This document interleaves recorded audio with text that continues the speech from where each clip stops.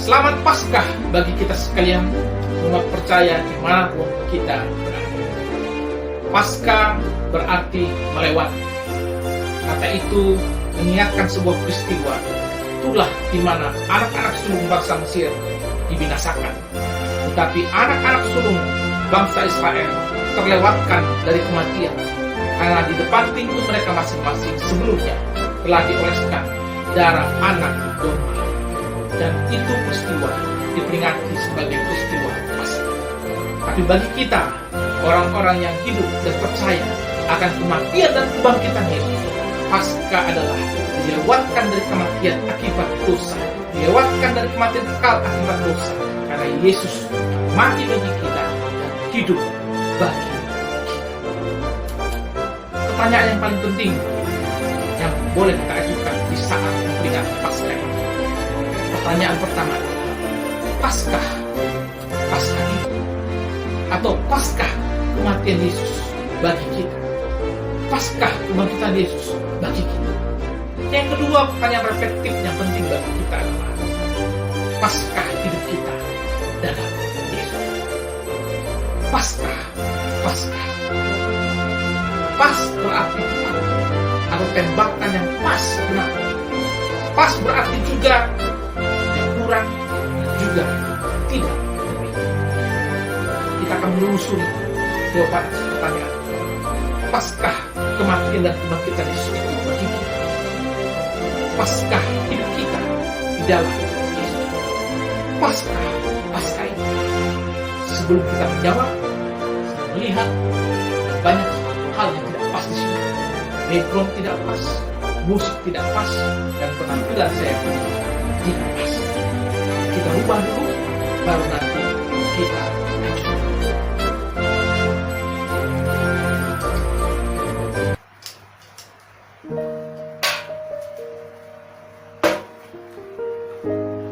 Ya, nah ini baru pas. Paskah kematian Yesus bagi kita. Roma 8 ayat 1 berkata, demikianlah sekarang tidak ada penghukuman bagi mereka yang ada dalam Kristus Yesus. Kematian Yesus, kebangkitan Yesus, pengorbanan Yesus pas buat kita, sehingga tidak ada lagi penghukuman bagi kita. Ibrani 10 ayat 10 berkata, karena kehendaknya inilah kita telah dikuduskan satu kali untuk selama-lamanya oleh persembahan tubuh Yesus Kristus. Persembahan tubuh Yesus Kristus, anak Allah itu adalah persembahan yang sempurna. Cukup satu kali untuk selama-lamanya dipersembahkan bagi kita. 1 Petrus 3:18, saya akan mengulangi kembali perkataan itu. Sebab juga Kristus telah mati satu kali untuk segala dosa kita. Ia yang benar untuk orang-orang yang tidak benar, supaya ia membawa kita kepada Allah. Ia yang telah dibunuh dalam keadaannya sebagai manusia, tapi yang telah dibangkitkan menurut roh. Ia yang benar untuk orang-orang yang tidak benar. Yesus berkata, akulah jalan dan kebenaran dan hidup. Mengapa Yesus harus menjadi manusia dan taat sampai pada kematian? Karena dia adalah kebenaran. Dia harus mengikuti semua apa yang telah ditetapkan Allah Bapa baginya. Dan itu menunjukkan bahwa benar dia adalah kebenaran. Kematian Yesus membuat terjadinya sebuah pertukaran. Dosa kita ditukarkan, diberikan, ditanggungkan kepadanya. Sementara kebenarannya diperhitungkan bagi kita. Oleh karena itu, pengorbanan Yesus cukup untuk membenarkan kita. Karena ukuran kebenarannya bukan kebenaran kita, tapi kebenaran Kristus yang telah melakukan pengorbanan bagi kita.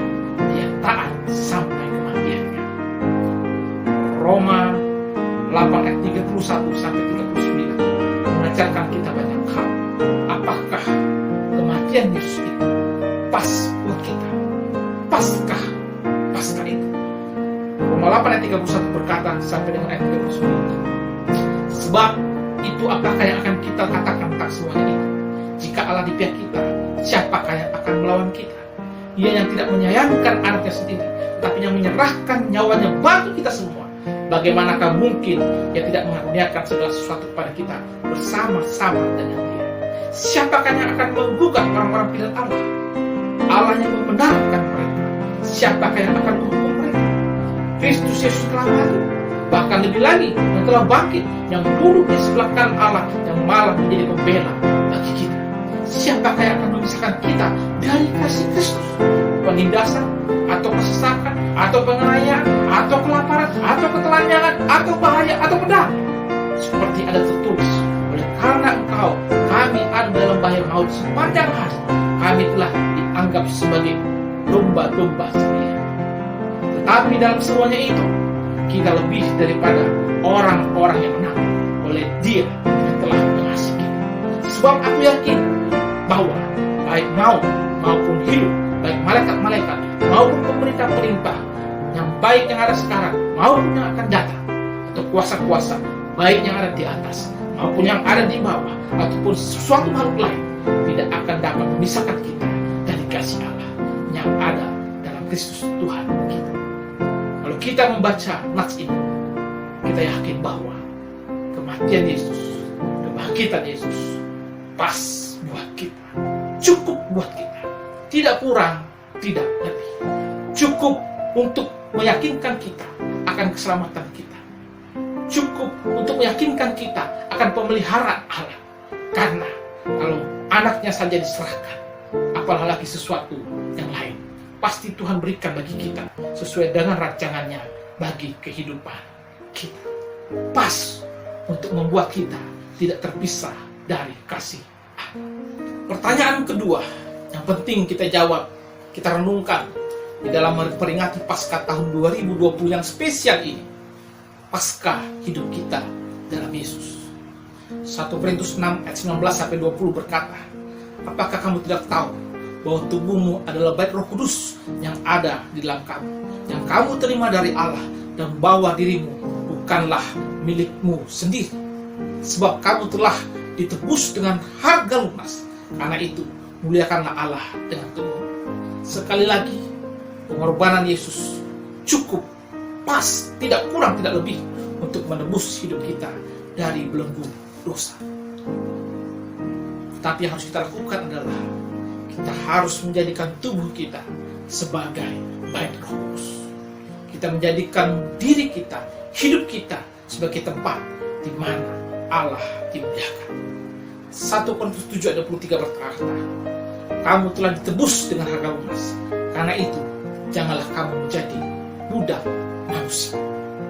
Saudara-saudara, kematian Yesus sekali lagi pas buat kita. Oleh karena itu, hidup kita pun harus pas dalam Yesus. Kita hidup bukan diperbudak oleh manusia, bukan juga diperbudak oleh keinginan kita sebagai manusia, tapi kita menghambakan diri kita kepada Yesus. Karena Dia sudah menjadi pemilik kita. Dia sudah menebus kita, membayar kita dengan harga yang pas. 1 Petrus 1 ayat 3-4 berkata demikian, terpujilah Allah dan Bapa Tuhan kita Yesus Kristus, yang karena rahmat-Nya yang besar telah melahirkan kita kembali oleh kebangkitan Yesus Kristus dari antara orang mati kepada suatu hidup yang penuh pengharapan untuk menerima satu bagian yang tidak dapat binasa, yang tidak dapat cemar, yang tidak dapat layu, yang tersimpan di surga bagi kamu. Kehidupan yang pas dalam Kristus adalah kehidupan yang penuh pengharapan, karena kebangkitan Yesus membawa kita kepada suatu pengharapan. Tetapi kepada pengharapan kepada apa yang ada di dunia ini. Karena kalau pengharapan kita hanya pada apa yang ada di dunia ini, maka sia-sialah. Tetapi dikatakan pengharapan kita adalah untuk menerima satu bagian yang tidak akan binasa, yang tidak dapat cemar, yang tidak dapat layu, yang tersimpan bagi kita. Kehidupan yang pas bagi Kristus adalah hidup untuk masa yang indah bersama dengan Tuhan. Untuk hidup seakan-akan kita mempertaruhkan hidup kita untuk kehidupan yang di surga nanti. Bukan untuk melakukan sesuatu, untuk mempertahankan sesuatu yang ada di dunia ini. Tapi hidup kita adalah hidup yang kita arahkan untuk meraih hadiah surga yang tidak akan layu, tidak akan cemar, dan tidak dapat dicuri dari kehidupan kita. pertanyaan yang penting dalam hidup kita. Paskah hidup kita dalam Kristus. Karena kematian Yesus, kebangkitan Yesus pas buat kita. Selamat Paskah, Tuhan